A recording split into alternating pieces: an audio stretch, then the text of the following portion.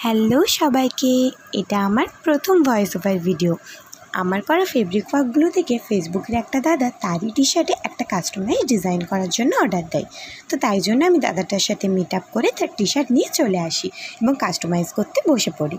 আর দাদাটাই আমাকে একটা ডেমো পাঠিয়েছিল এবং বলেছিল যে সেই রকমই করে দিতে।